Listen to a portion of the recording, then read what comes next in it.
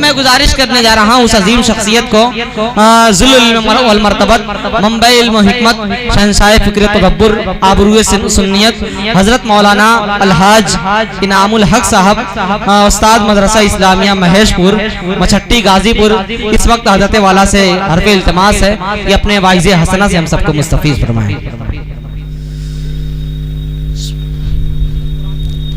درود شریف پڑھ لیا جا سکتا۔ اللہم صلی علی محمد وعلی آل محمد کما صلیت علی ابراہیم وعلی آل ابراہیم انکا حمید مجید۔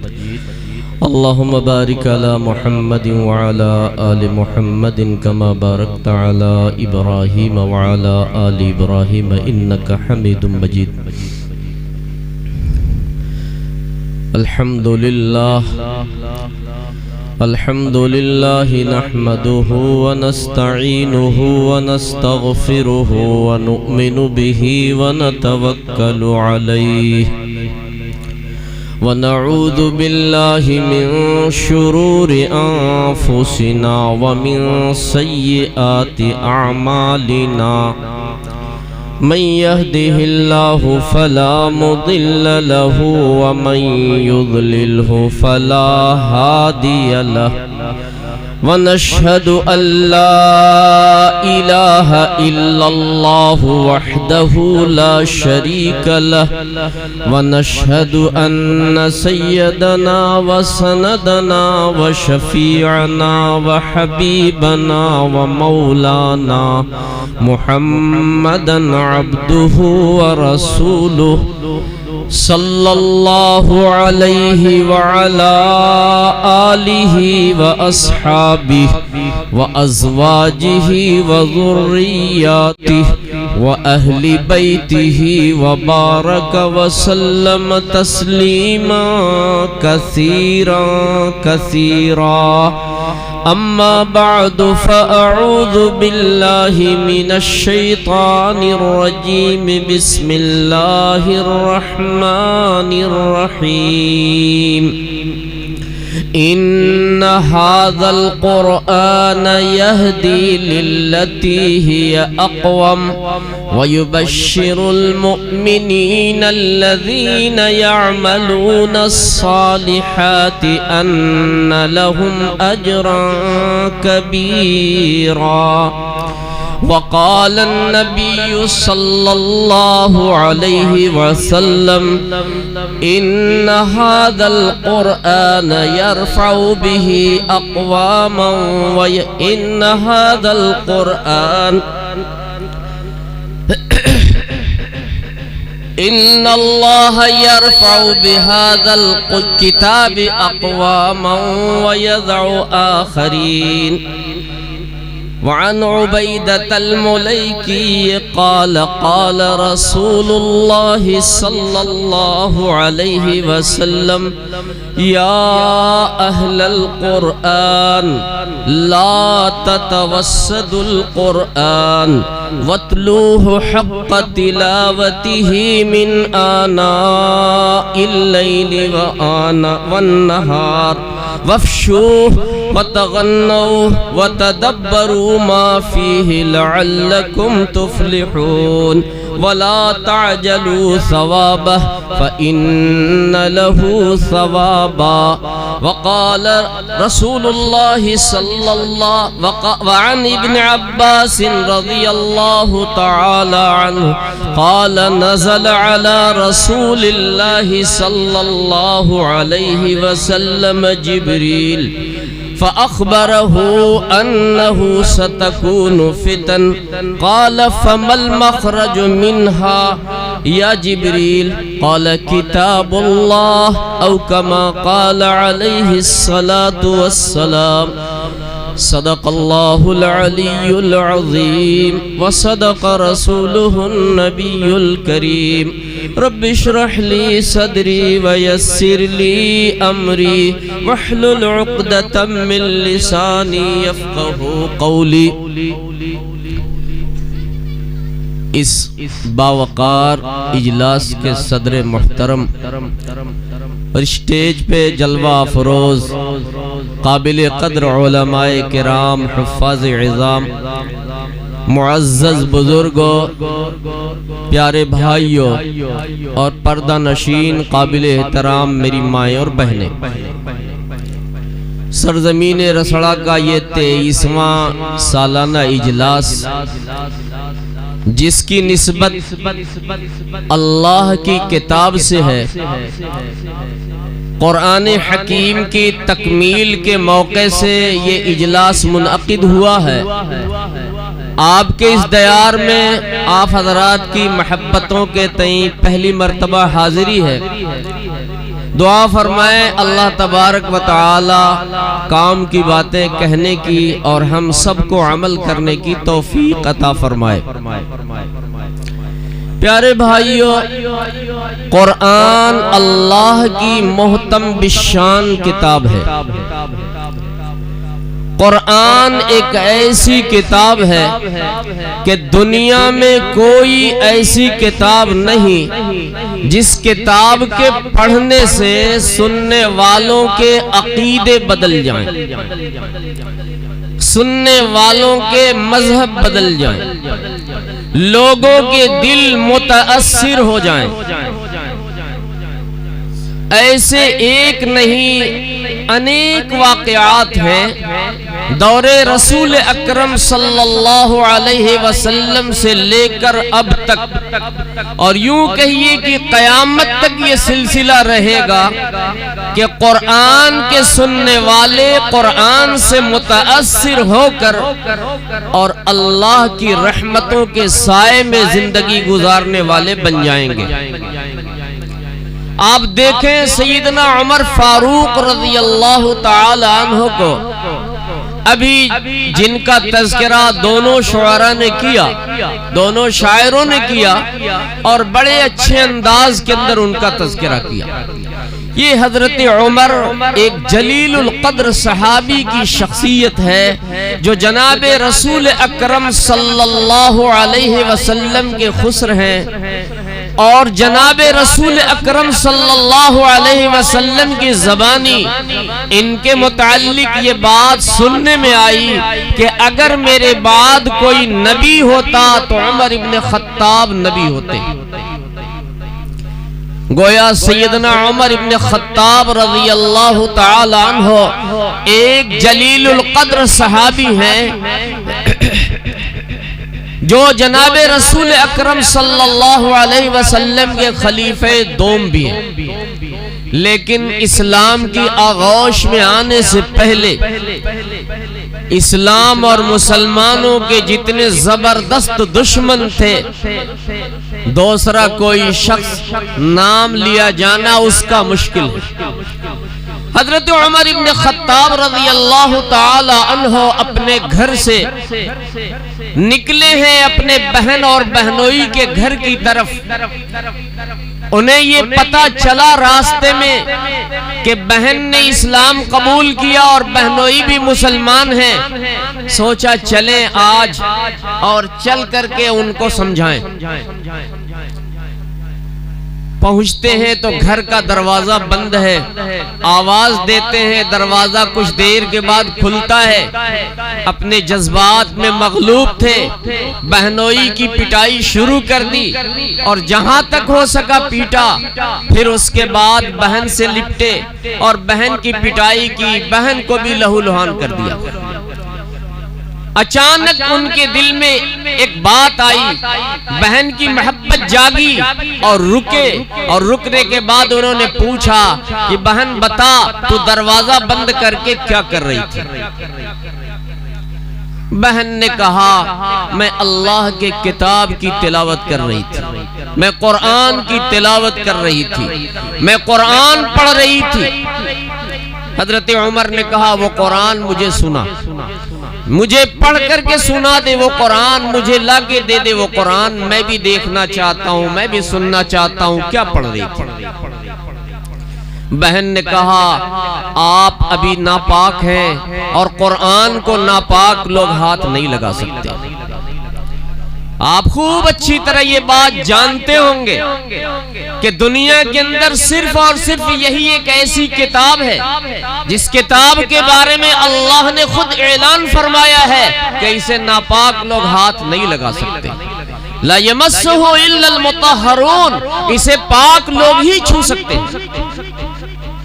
حضرت عمر نے بہن کی بات سنی اور سننے کے بعد غسل کیا، اور غسل کرنے کے بعد پھر قریب آئے.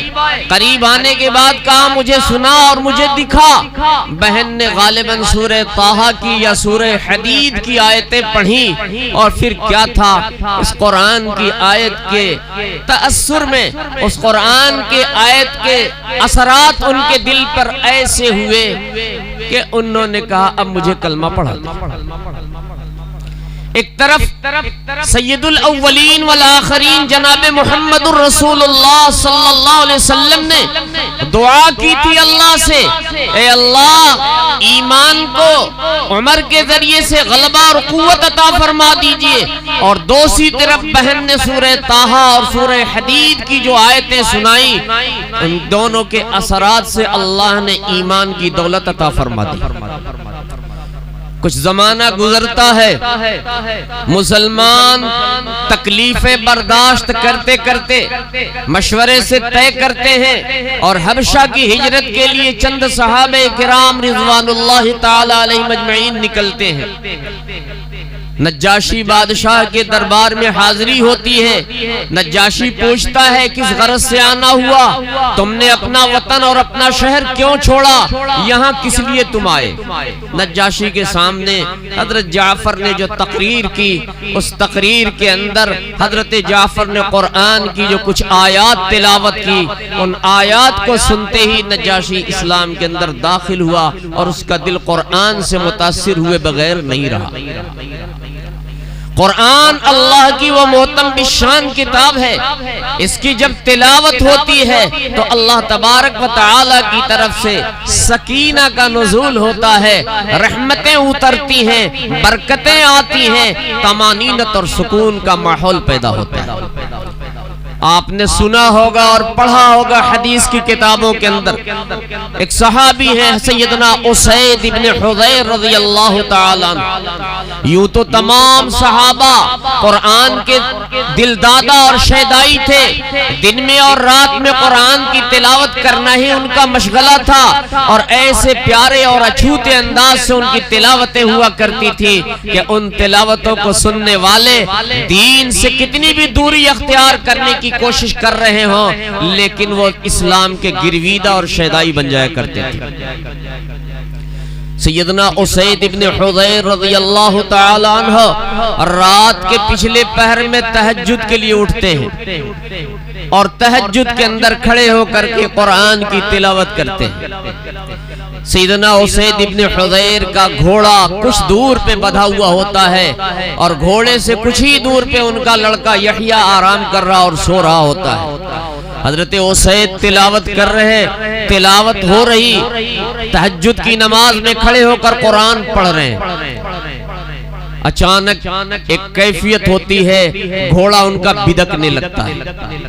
گھوڑے کے بدکاؤ اور اچھال کو دیکھ کر کے ان کے دل میں یہ خیال پیدا ہوا کہیں گھوڑا اور سواری زیادہ کودے پھاندے اور بغل میں میرا لڑکا سویا ہوا ہے اسے زخمی نہ کر دے. اس لیے انہوں نے اپنی نماز کو مختصر کرنا چاہا. جب نماز مختصر کرنا چاہا اور قرآن کی تلاوت کا سلسلہ تھما تو گھوڑے کا بدکنا رک گیا.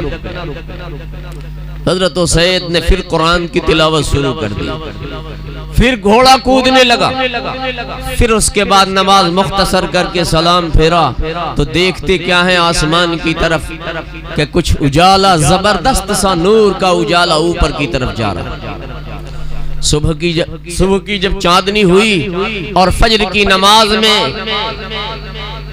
سید الاولین والآخرین جناب محمد الرسول اللہ صلی اللہ علیہ وسلم کی خدمت میں حاضری ہوئی تو آقا سے رات کا سارا معاملہ پیش فرمایا. آقا نے فرمایا اے اسید، جیسا تو بتا رہا اگر یہ معاملہ ہے تو تو کیوں نہیں قرآن پڑھتا رہا یہاں تک کہ صبح ہو جاتی اور اللہ کی وہ رحمت کے فرشتے جو زمین پر اتر رہے تھے، آسمان سے نیچے آ رہے تھے قرآن کی وجہ سے، قرآن کی تلاوت کی وجہ سے، ان کا یہ سلسلہ نیچے آنے کا یہاں تک ہوتا کہ لوگ صبح کو اپنی آنکھوں سے ان فرشتوں کو دیکھ لیتے۔ قرآن اللہ کی محترم بشان کتاب ہے میرے بھائیو، اس کے ایک ایک حرف پہ اللہ تعالیٰ 10 نیکیاں دیتے ہیں۔ دنیا کے اندر سب سے زیادہ پڑھی جانے والی اگر کوئی کتاب ہے تو وہ قرآن مجید ہے۔ اس کا ایک حرف اگر زبان سے ادا کیا، اللہ تبارک و تعالی 10 نیکی اور 10 بھلائی گویا 10 گنا اجر عطا فرماتے ہیں۔ ایک حدیث کے اندر اللہ کے حبیب صلی اللہ علیہ وسلم ارشاد فرماتے ہیں کہ الف لام میم اگر کوئی اپنی زبان سے ادا کرتا ہے تو میں یہ نہیں کہتا کہ الف لام میم ایک حرف ہے، نہیں، بلکہ الف ایک حرف ہے، لام ایک حرف ہے اور میم ایک حرف ہے، گویا الف لام میم 3 حرف ہو گئے۔ اور الف لام میم زبان سے اگر کوئی کہتا ہے تو اللہ کے فرشتے اس کے لیے 30 نیکیاں اور 30 بھلائیاں لکھ دیتے ہیں۔ 30 پوائنٹ اس کے نام اعمال کے اندر درج ہو جاتے ہیں۔ میرے بھائیو، آج ہم یہ سمجھتے ہیں دنیاوی معاشرے کے اندر رہ کر کے کہ قرآن بھی اور کتابوں کی طرح ایک کتاب ہے اور علوم کی طرح اس کے اندر بھی ایک علم ہے، جیسے اور علم حاصل کیے جاتے ہیں اسی طرح ایک علم ہے، تو جیسے اور علوم حاصل کیے جائیں نہ کیے جائیں کوئی فرق نہیں پڑتا، اسی طرح قرآن بھی اگر نہ سیکھا سکھلایا جائے تو کوئی فرق نہیں پڑتا۔ میرے بھائیو، یہ بہت بڑی غلط فہمی ہے اور بہت بڑی کوتاہ فہمی ہے۔ قرآن اللہ کی کتاب ہے، اگر کوئی شخص قرآن پڑھتا ہے گویا وہ اللہ سے بات کرتا ہے۔ اس کتاب کی تعلیم اور دنیا کی تمام تعلیمات سے ان کا کوئی تقابل نہیں، اس کی کوئی مساوات نہیں۔ اللہ کے حبیب صلی اللہ علیہ وسلم نے ارشاد فرمایا، اے اہل قرآن، اے قرآن والو، قرآن والے کون لوگ ہیں؟ جو قرآن کے ساتھ اپنا ہم وقت مشغلہ رکھیں۔ آپ دنیا کے اندر دیکھتے ہیں دودھ بیچنے والا کس کو کہتے ہیں، چائے بیچنے والا کس کو کہتے ہیں، روٹی بیچنے والا کس کو کہتے ہیں؟ جو اپنی خاص مشغولیت ان کاموں کے ساتھ رکھتا ہے اسے اس نام سے پکارا جاتا ہے۔ اگر کوئی پانی کا کاروبار کرتا ہے اور پانی کے بنانے اور اس کے بیچنے کے اندر اپنے وقت کو ہم تن مشغول رکھتا ہے تو ایسے شخص کو پانی والا کہا جاتا ہے۔ اگر کوئی شخص دودھ بیچتا ہے اور دودھ کے تیار کرنے، فروخت کرنے، اکٹھا کرنے میں اپنا سارا وقت خرچ کرتا ہے، دنیا والے اسے دودھ والا کہتے ہیں، دودھا کہتے ہیں۔ اسی طرح اللہ تعالیٰ کے حبیب جناب محمد الرسول اللہ صلی اللہ علیہ وسلم ایک لفظ استعمال کر رہے ہیں، اے اہل قرآن، اے قرآن والو۔ قرآن والوں سے مراد یعنی قرآن کی تلاوت کرنے والے، صبح کے وقت میں، شام کے وقت میں، رات کے وقت میں، دن کے وقت میں، اور جتنا بھی کر لے اس کو کم سمجھنے والے۔ فرمایا، اے قرآن والو، قرآن پر تکیہ نہ لگاؤ، لا تتوسد القرآن، قرآن پر تکیہ نہ لگاؤ۔ قرآن پہ تکیہ لگانے کا کیا مطلب یہ کہ قرآن پڑھ لیا، حفظ کر لیا، ناظرہ مکمل کر لیا اور کرنے کے بعد اسے اٹھا کر کے جزدان میں باندھ کے اور طاق پہ رکھ دیا، اور اب یہ دل میں سمجھ لیا کہ یہ قرآن کی ہماری جو تعلیم تھی یہ بس مکمل اور ہمیشہ کے لیے کامل ہو گئی۔ اسی بھروسے ہماری زندگی کی نیا پار ہو جائے گی اور اب ہمیں کچھ پڑھنے لکھنے کی ضرورت نہیں۔ فرمایا اللہ کے حبیب صلی اللہ علیہ وسلم نے کہ ایسا نہ کرو، قرآن کو طاقوں پہ رکھ کر کے جزدان کے اندر نہ چھوڑو، بلکہ وَتْلُوهُ حَقَّ تِلَاوَتِهِ، اس کے تلاوت کا جو حق ہے اس کے حق کو ادا کرتے رہو۔ دوسری جگہ فرمایا وَتْلُوهُ مِنْ آنَاءِ اللَّيْلِ وَالنَّهَارِ، صبح کے وقتوں میں اور شام کے وقتوں میں اس کی تلاوت کرتے رہو۔ صبح کے وقتوں میں اور شام کے وقتوں میں کرو اور دن کے بیچ میں نہ کرو اور رات کے بیچ میں نہ کرو، یہ مطلب نہیں ہے۔ مطلب یہ ہے کہ دن کے شروع میں بھی کرو اور دن کے آخر میں کرو۔ جب ان دو وقتوں میں جو خاص مشغولیت اور مشغلہ کا وقت ہوتا ہے، اس میں جب تلاوت کریں گے تو دن کے جو اور حصے ہیں یا رات کے جو اور حصے ہیں بدرجہ اعلیٰ اس میں تلاوت کریں گے۔ یا دوسرا مقصد یہ ہے اللہ کے حبیب صلی اللہ علیہ وسلم کے ان وقتوں کے ذکر کرنے کا کہ ان وقتوں میں فرشتوں کی ڈیوٹیاں بدلتی ہیں۔ اللہ تعالیٰ کی طرف سے انسانوں کی نگہبانی کے لیے فرشتے مقرر ہیں۔ کچھ فرشتے ایسے ہیں جو صبح کے وقت میں آتے ہیں اور عصر کے وقت میں جاتے ہیں، اور کچھ فرشتے ایسے ہیں جو عصر کے وقت میں آتے ہیں اور صبح کے وقت میں جاتے ہیں۔ تو اللہ کے حبیب صلی اللہ علیہ وسلم فرما رہے ہیں ان وقتوں میں تلاوت کا اہتمام کرو تاکہ جو فرشتے ڈیوٹی پوری کر کے جا رہے ہیں وہ تمہارے رجسٹر میں یہ لکھیں، تمہاری کارکردگی میں یہ لکھیں یہ بندہ قرآن کی تلاوت کر رہا ہے۔ اور اللہ کے یہاں جب تمہارا معاملہ پیش ہو تو فرشتوں کی طرف سے یہ لکھا ہوا ملے کہ جب فرشتے ڈیوٹی مکمل کر رہے تھے اس وقت یہ تلاوت میں مشغول تھے، اور جب شام کا وقت ہو اس وقت بھی تلاوت میں مشغول رہو گے تو شام کے فرشتے ڈیوٹی مکمل کر کے جا رہے ہوں گے اور صبح کے فرشتے آ رہے ہوں گے تو دونوں اپنے اپنے رجسٹر میں نوٹ کریں گے، تلاوت کرتا ہوا لکھ لیں گے۔ تو فرمایا کہ قرآن کی تلاوت صبح کے وقتوں میں کرو اور شام کے وقتوں میں کرو، اور فرمایا وفشوہ، قرآن کی تلاوت کو پھیلاؤ، قرآن کی تلاوت کو عام کرو، جتنا ہو سکے قرآن کے حلقے لگاؤ، چھوٹے بچوں سے لے کے بوڑھوں تک قرآن کے پڑھنے اور پڑھانے کا ایک سلسلہ قائم کرو۔ نیکیاں ملیں گی، سکون آئے گا، رحمت آئے گی، برکت آئے گی، طمانینت ہوگی، اور دنیا کے اندر انسان کے لیے جتنی چیزوں کی ضرورت ہے اللہ کی رحمت کے صلے میں ساری چیزیں ملیں گی۔ فرمایا قرآن جب پڑھو تو اس کو اچھی آواز کے ساتھ پڑھو، وَتَغَنَّوْا، اس کی جب تلاوت کرو تو تلاوت کرتے وقت آواز کو اچھی سے اچھی بنانے کی کوشش کرو۔ ایک دوسری روایت کے اندر اللہ کے حبیب صلی اللہ علیہ وسلم ارشاد فرماتے ہیں جب کوئی قرآن تلاوت کرنے والا اچھی آواز کے اندر قرآن کو تلاوت کرتا ہے، قرآن کو پڑھتا ہے، تو خالق کائنات رب دو جہاں اللہ ذوالجلال والاکرام خود سنتا ہے۔ ان شعراء سے آپ پوچھیں جب ان کا کلام کوئی دوسرا پڑھے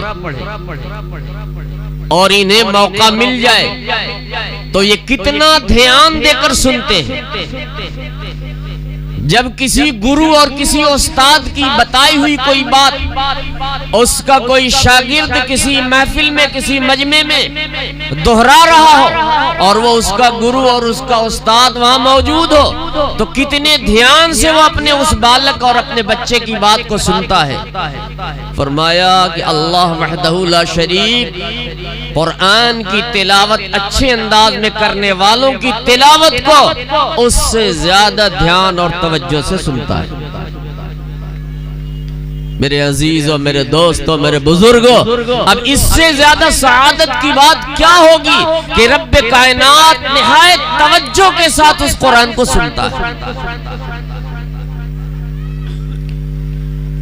آگے اللہ کے حبیب صلی اللہ علیہ وسلم ارشاد فرماتے ہیں وَتَدَبَّرُوا مَا فِيهِ، اس قرآن کو پڑھو اچھی آواز کے ساتھ، اور صرف قرآن کو اچھی آواز کے ساتھ پڑھ کر کے اور بس نہ کر دو بلکہ قرآن کے الفاظ کے اندر غور و فکر کرو، اس کے معانی کو سمجھنے اور سوچنے کی کوشش کرو۔ میرا رب اپنے اس کلام کے اندر مجھ سے کیا حکم دینا چاہتا ہے، میرے رب کی اس کلام سے کیا مرضی ہے، کیا منشا ہے۔ اس کے اندر غور و فکر کی کوشش کرو، وَتَدَبَّرُوا مَا فِيهِ، اس کے اوپر غور فکر کرو، کیا ہوگا؟ لَعَلَّكُمْ تُفْلِحُونَ، اگر قرآن کی آیات پر تدبر کرو گے، تفکر کرو گے، غور کرو گے، سوچو گے، سمجھو گے، اللہ کی مراد کو معلوم کرنے کی کوشش کرو گے، تو اللہ تعالیٰ کی طرف سے کامیابیاں ملیں گی، فلاح ملے گی، دنیا کی بھی فلاح اور نجات ملے گی، اور آخرت کے لیے بھی عمل کا راستہ جب کھلے گا تو آخرت میں بھی نجات اور کامیابی ملے گی۔ ایک مثال دیتا ہوں آپ کے سامنے، سب اہل علم، طلباء اور طلباء سے محبت رکھنے والے اور تعلق رکھنے والوں کا یہ مجموعہ ہے، قرآن کی نسبت کا مجموعہ ہے۔ قرآن کی ایک آیت ہے جسے ہر جمعے میں ہر خطیب پڑھا کرتا ہے، ان اللہ یأمر بالعدل والإحسان وإیتاء ذی القربى وینہی عن الفحشاء والمنکر والبغی یعظکم لعلکم تذکرون۔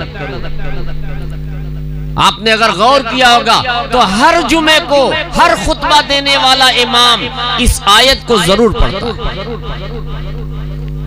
مفسرین کی رائے ہے، مفسرین فرماتے ہیں قرآن اگر پورا نازل نہ ہوتا، صرف یہی ایک آیت اللہ تعالی نازل کر دیے ہوتے، انسانوں کی زندگی کے دستور اس کے اندر پنہا ہیں، دستور ان کو مل جاتا اور کامیاب زندگی گزار لیتے۔ لیکن ہم میں کتنے ایسے بھائی ہیں جو اس آیت پر تدبر کرتے ہیں، اس کے معانی اور اس کے احکام کو سمجھنے کی کوشش کرتے ہیں؟ یہ بڑی عجیب بات ہے۔ ہمارے معاشرے کا 90% سے بھی زیادہ طبقہ ایسا ہے جو صرف یہ جانتا ہے کہ قرآن کی ایک آیت ہے جسے امام صاحب نے تلاوت کر دیا۔ اس آیت کے اندر اللہ تبارک و تعالی نے 3 باتوں کے کرنے کا حکم فرمایا اور 3 چیزوں سے رکنے کا حکم فرمایا۔ ایک بات لے لیجئے مثال کے طور پر، اللہ تعالیٰ پہلے نمبر پہ ارشاد فرماتے ہیں یأمر بالعدل، اللہ حکم دیتے ہیں انصاف کا، عدل کرنے کا۔ آج دنیا کے اندر آپ دیکھ رہے ہیں ہر ایک شخص دوسرے کی شکایت کرتا ہے۔ ایک چھوٹا سا کنبہ ہے، چھوٹا سا پریوار ہے، چند لوگ گھر کے اندر زندگی گزار رہے ہیں اور اپنے خونی رشتے ہیں، حقیقی رشتے ہیں، لیکن ان کے درمیان بھی ایک دوسرے سے شکایت کا سلسلہ ہے۔ اگر کبھی تنہائی میں باپ سے بیٹے کے بارے میں پوچھیں گے تو باپ بیٹے کی شکایتیں بتائے گا، اور کبھی بیٹے سے باپ کے بارے میں پوچھیں گے تو بیٹا باپ کی شکایتیں پہنچائے گا اور بتائے گا۔ ساس بہو کی، بہو ساس کی، بیٹا بیٹی کی، بیٹی بیٹا کی، بھائی بھائی کی، باپ بیٹا کی، بیٹا باپ کی، ہر ایک دوسرے سے شکایت، ہر ایک کو دوسرے سے تکلیف۔ بہت کم ایسا معاشرہ ملے گا جو شکوہ نہیں کرے گا اور ہمدردی اور بھائی چارگی کی بات کرے گا۔ اس کی وجہ کیا ہے؟ اس کا سبب کیا ہے؟ اس کا سبب یہی ہے کہ قرآن کی اس آیت کا جو پہلا جملہ ہے اس کو ہم نے سمجھنے کی کوشش نہیں کیا، اور اگر سمجھا ہے تو اس پر عمل کرنے کی کوشش نہیں کی۔ اللہ تعالیٰ حکم فرماتے ہیں عدل کرنے کا، انصاف کرنے کا۔ عدل اور انصاف کیا ہے؟ صاحب حق کو اس کا حق دے دینا اور اپنے حق کا مطالبہ نہ کرنا، جس کا جو حق ہے اس کا وہ حق دے دینا اور اپنے حق کے لیے مطالبہ نہ کرنا۔ اگر ہر انسان اس چیز کو عمل میں لائے اور ہر ایک دوسروں کے حقوق کو ادا کرنے لگے تو ظاہر سی بات ہے شکایتیں ختم ہو جائیں گی۔ اللہ کے حبیب جناب محمد الرسول اللہ صلی اللہ علیہ وسلم کے وہی چہیتے صحابی اور خلیفہ دوم سیدنا عمر ابن خطاب رضی اللہ تعالی عنہ کی خلافت کا موقع ہے۔ آپ نے عشرہ مبشرہ میں سے ایک صحابی کو ایک ایک جماعت کا سردار اور گورنر بنا کر کے اور ایک دوسرے حکومت اور ملک کے اندر فتح کرنے کے لیے بھیجا. صحابی رسول صلی اللہ علیہ وسلم عشرہ مبشرہ میں سے ہیں، ان 10 صحابہ میں سے ہیں جنہیں اللہ کے حبیب صلی اللہ علیہ وسلم نے اپنی زبان مبارک سے جنتی ہونے کی بشارت اور خوشخبری سنائی ہے. وہ تشریف لے جاتے ہیں، ان کے ساتھ صحابہ کا ایک قافلہ اور ایک جماعت روانہ ہوتی ہے اور جاتے ہیں جس ملک کے اندر وہاں تقریباً 1 مہینے سے زیادہ جنگ کا سلسلہ چلتا ہے. ایک قلعے کے اندر وہاں کے جتنے لوگ ہیں دیوار قلعے کے دروازے بند کر کے اور دیواروں کی حفاظت کے پیچھے پڑے ہوئے. جب 1 مہینے سے لمبی مدت گزر جاتی ہے تو اس گرجا گھر کا پادری اس قلعے کی دیوار کے اوپر آتا ہے اور دیوار کے اوپر سے ایک اعلان کرتا ہے، اے مسلمانوں، تمہارا جو امیر ہے لشکر کا اسے تم ہمارے سامنے پیش کرو. تم زندگی بھر جنگ لڑتے رہو گے، جنگ میں تمہیں کامیابی نہیں مل سکتی جب تک کہ تم ہمیں اپنا امیر نہ دکھلا دو اور اس امیر کی علامت ہم جب تک نہ پہچان لیں. مسلمانوں کے اس قافلے نے اس وقت لشکر کے جو امیر تھے صحابی رسول صلی اللہ علیہ وسلم عشرہ مبشرہ میں سے، ان کو ان لوگوں نے آگے بڑھایا اور وہ قلعے کی دیوار کے قریب پہنچے. گرجا گھر کے پادری نے اپنی کتاب کے اندر لکھی ہوئی علامات کی روشنی میں انہیں دیکھا اور دیکھ کر کے اوپر سے جواب دیا، یہ مسلمانوں کے امیر نہیں ہیں، اگر تمہارا کوئی اور امیر ہے، حقیقی اور اصلی امیر ہے، اسے پیش کرو، اسے لاؤ. ان لوگوں نے کہا کہ ہاں بات تو یہ سچی ہے کہ یہ امیر المومنین نہیں ہے، یہ لشکر کے امیر ہیں، ہمارے امیر المومنین سرزمین مدینہ منورہ کے اندر. کہا انہیں لاؤ. پھر ان لوگوں نے مشورہ کیا اور مشورے کے بعد یہاں کے جو سالار قافلہ تھے، امیر قافلہ تھے، انہوں نے اپنا ایک خط لکھ کر کے سیدنا عمر ابن خطاب رضی اللہ تعالی عنہ کی خدمت میں بھیجا. لشکر کا امیر خط بھیجتا ہے، قاصد خط لے کر کے برق رفتاری کے ساتھ جا رہا. سیدنا عمر ابن خطاب رضی اللہ تعالی عنہ کی خدمت میں جب وہ پہنچتا ہے قاصد، اور حضرت عمر ابن خطاب رضی اللہ تعالی عنہ وہ خط دیکھتے ہیں، وہ تحریر دیکھتے ہیں تو فوراً تیاری کرتے ہیں، بغیر کسی تاخیر کے سفر کے لیے تیاری کرتے ہیں. لمبی مسافت ہے، تقریباً 400 میل کی مسافت. تیاری میں ایک اونٹنی لیتے ہیں اور اپنا ایک غلام ساتھ میں لیتے ہیں اور حکم فرماتے ہیں کہ لمبی مسافت طے کرنا ہے، اس لیے اونٹنی کی پیٹھ پہ دونوں ہم لوگ سواری نہیں کریں گے، بلکہ ہم میں سے ایک شخص سوار ہوگا اور دوسرا اونٹنی کی نکیل پکڑ کر کے چلے گا. اور پھر ایک منزل طے کرنے کے بعد جو پیٹھ پہ سوار تھا وہ نیچے اتر جائے گا اور جو نیچے لے کر کے نکیل چل رہا تھا وہ پیٹھ پہ سوار ہو جائے گا. ظاہر سی بات ہے، ایک امیر المومنین ہے اور دوسرا غلام ہے. غلام جب یہ بات سنتا ہے گھبرا جاتا ہے اور گھبراہٹ کے عالم میں سیدنا عمر ابن خطاب رضی اللہ تعالی عنہ خدمت میں عرض کرتا ہے، حضرت یہ کیسے ہو سکتا ہے کہ آپ نکیل پکڑ کر کے چلیں اور میں سواری پر سوار رہوں. فرمایا یہ میرا حکم ہے اور یہ میرا فیصلہ ہے. اب غلام کی کہاں مجال کہ اس کے خلاف کر سکے.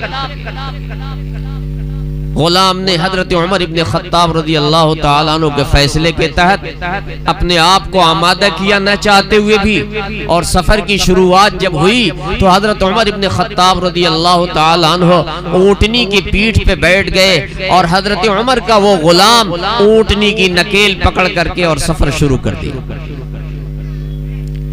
جب ایک منزل سفر طے ہو گیا تو حضرت عمر نے حکم فرمایا اب روک دو اونٹنی کو. اونٹنی روکی گئی. حضرت عمر اونٹنی سے نیچے اترے. اور کچھ اونٹنی کو خوراک پانی دینے کے بعد حضرت عمر ابن خطاب نے غلام سے کہا تو بھی ناشتہ کر لے اور تازہ دم ہو کر کے سوار ہو جا، اب میری باری ہے نکیل پکڑ کے چلنے کی۔ بہرحال جو سفر کے لوازمات تھے ان کو استعمال اور لینے دینے کے بعد سفر کا آغاز پھر ہوا۔ اس طرح باری باری سفر ہوتا رہا۔ ایک مرتبہ حضرت عمر سوار ہیں، اترتے ہیں نیچے، اور پھر دوبارہ غلام سوار ہوتا ہے اور حضرت عمر نیچے اترتے ہیں۔ یہ سلسلہ چلا یہاں تک کہ جب اس ملک کی سرحد پہ پہنچے جہاں گرجا گھر تھا اور جہاں مسلمانوں کا قافلہ تقریباً ایک سے زیادہ مہینے کی مسافت تھی، ایک سے زیادہ مہینے کی مدت کے اندر بھی قلعے کو فتح نہ کر سکا تھا، تو باری تھی غلام کے سوار ہونے کی اور امیر المومنین کے نکیل پکڑ کر چلنے کی۔ غلام نے ہاتھ جوڑ کر کے عاجزی کی، حضرت اب تک آپ کے حکم کے مطابق سفر ہوتا رہا، اب میری عاجزانہ درخواست ہے، دوسرے ملک کی سرحد میں ہم داخل ہو رہے ہیں، لوگ اسے مذاق اور تمسخر سمجھیں گے، مسلمانوں کے لیے بڑی ہلکی چیز محسوس کی جائے گی، اچھا میسج نہیں جائے گا، آپ سوار ہو جائیں، میں اپنی باری قربان کرتا ہوں، میں نکیل پکڑ کر چلوں گا، آپ سوار ہو جائیں۔ سیدنا عمر ابن خطاب رضی اللہ تعالی عنہ نے فرمایا، اے غلام سن، ان اللہ یأمر بالعدل، اللہ انصاف کا حکم فرماتے ہیں۔ جب تیری باری ہے سوار ہونے کی تو عمر کی مجال نہیں ہے کہ سوار ہو جائے اور تجھے نیچے کر دے۔ بہرحال اسی کیفیت کے اندر کہ غلام سوار ہے اونٹنی کے اوپر اور بادشاہ امیر المومنین نکیل پکڑ کر کے اونٹنی کی چل رہے ہیں، سرحد کے اندر داخل ہو گئے، اور سرحد کے اندر داخل ہوئے تو گرجا گھر کا پادری قلعے کی دیوار سے چڑھ کر سارا تماشا دیکھتا رہا۔ جب سرحد کے اندر داخل ہوئے گرجا گھر کے پادری نے پہچان لیا کہ یہ مسلمانوں کے امیر ہیں اور حکم دے دیا کہ قلعے کے دروازے کھول دیے جائیں۔ ایک مہینے سے زیادہ مدت تک جنگ لڑنے کے بعد جو قلعہ فتح نہیں ہو رہا تھا، صرف اللہ کے حکم پر عمل کرنے کی وجہ سے علامت دیکھ کر کے گرجا گھر کے پادری نے دروازے کھول دیے، اور سیدنا عمر ابن خطاب رضی اللہ تعالی عنہ اپنے اونٹنی کی نکیل پکڑے ہوئے اس گرجا گھر کے اندر داخل ہوئے۔ گرجا گھر کے اندر جب داخل ہوئے تو ظہر کی نماز کا وقت تھا۔ پادری نے حضرت عمر سے کہا، آپ اس گرجا گھر کے اندر ظہر کی نماز ادا فرما لیں۔ حضرت عمر ابن خطاب رضی اللہ تعالی عنہ نے ارشاد فرمایا، نہیں، گرجا گھر کے ایک کنارے کی طرف جگہ صاف کرائی اور وہاں ظہر کی نماز پڑھا۔ آج بھی تاریخ کے اوراق کے اندر آپ دیکھیں گے اس جگہ کا نام مسجد عمر کے نام سے موسوم ہے۔ بعد میں حضرت عمر ابن خطاب رضی اللہ تعالیٰ عنہ نے اس پادری سے مخاطب ہو کے کہا، اگر میں یہاں نماز پڑھ لیتا تیرے گرجا گھر کے اندر تو مسلمان دعوے دار ہو جاتے اس زمین کے اور کہتے کہ یہ مسلمانوں کی مسجد ہے۔ میرے بھائیو، اس واقعے کے اندر آپ نے اگر غور کیا ہوگا تو آپ کو یہ چیز خوب اچھی طرح سمجھ میں آئی ہوگی کہ حضرت عمر ابن خطاب رضی اللہ تعالی عنہ نے 2 مرحلے کے اندر عدل کیا۔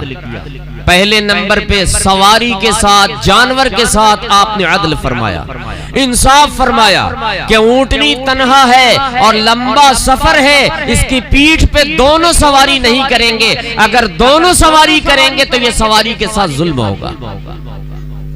دوسری طرف حضرت عمر بن خطاب رضی اللہ تعالیٰ عنہ نے وہ کارنامہ انجام دیا کہ خود اونٹ کی نکیل پکڑ کر پیدل چلے اور غلام سوار ہو جائے۔ عدل اور انصاف کا جب یہ 2 مظاہرہ ہوا تو اللہ نے فتح عطا فرما دی، مسلمانوں کو سربلندی اور سرخروئی مل گئی۔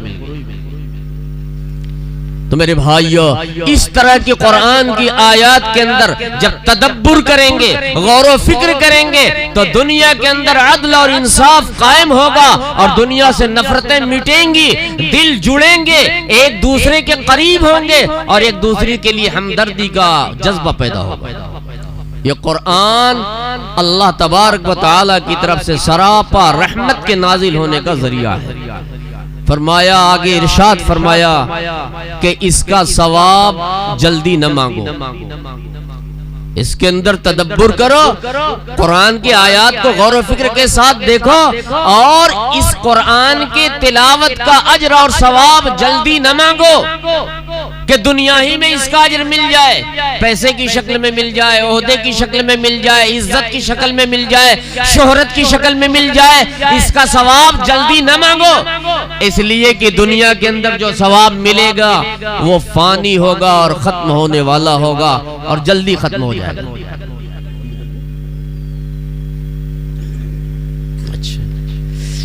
جی اس لیے فرمایا، آگے ارشاد فرمایا کہ اس کا ایک بہت بڑا اجر ہے۔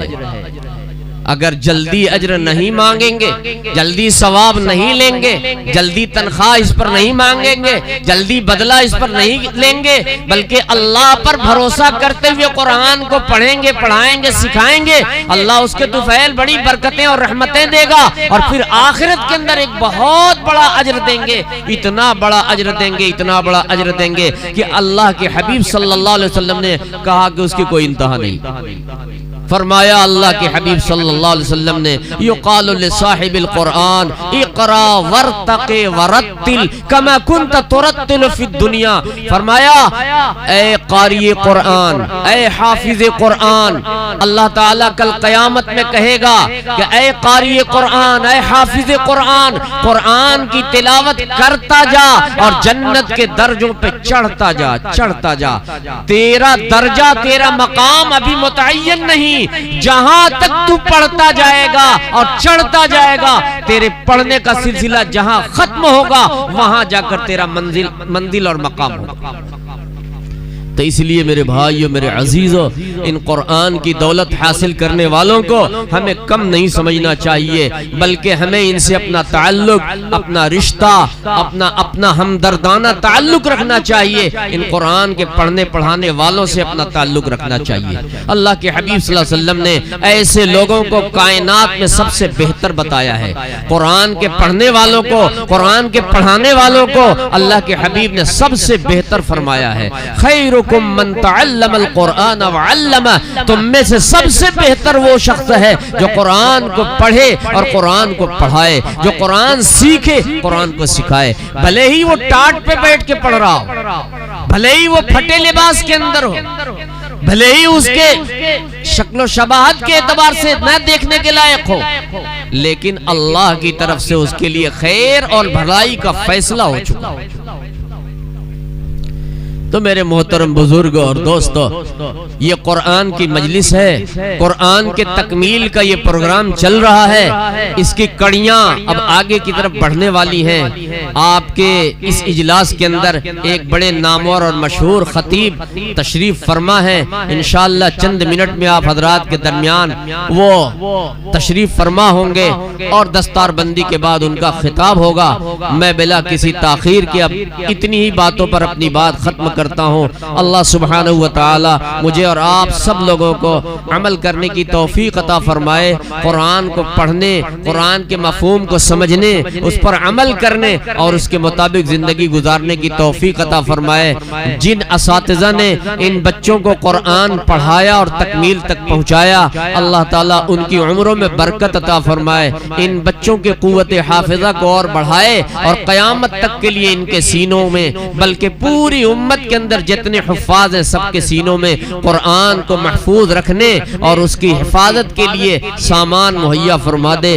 ان سب کے طفیل ہم سب کی بھی مغفرت فرمائے۔ اس مدرسے کو جس کے یہ جلسے میں ہم حاضر ہیں، دن دونی رات چوگنی ترقیات اللہ تعالیٰ عطا فرمائے، اس کے ذمہ داروں کی عمروں میں برکت عطا فرمائے اور خیر کا معاملہ فرمائے۔ وآخر دعوانا ان الحمدللہ رب العالمین۔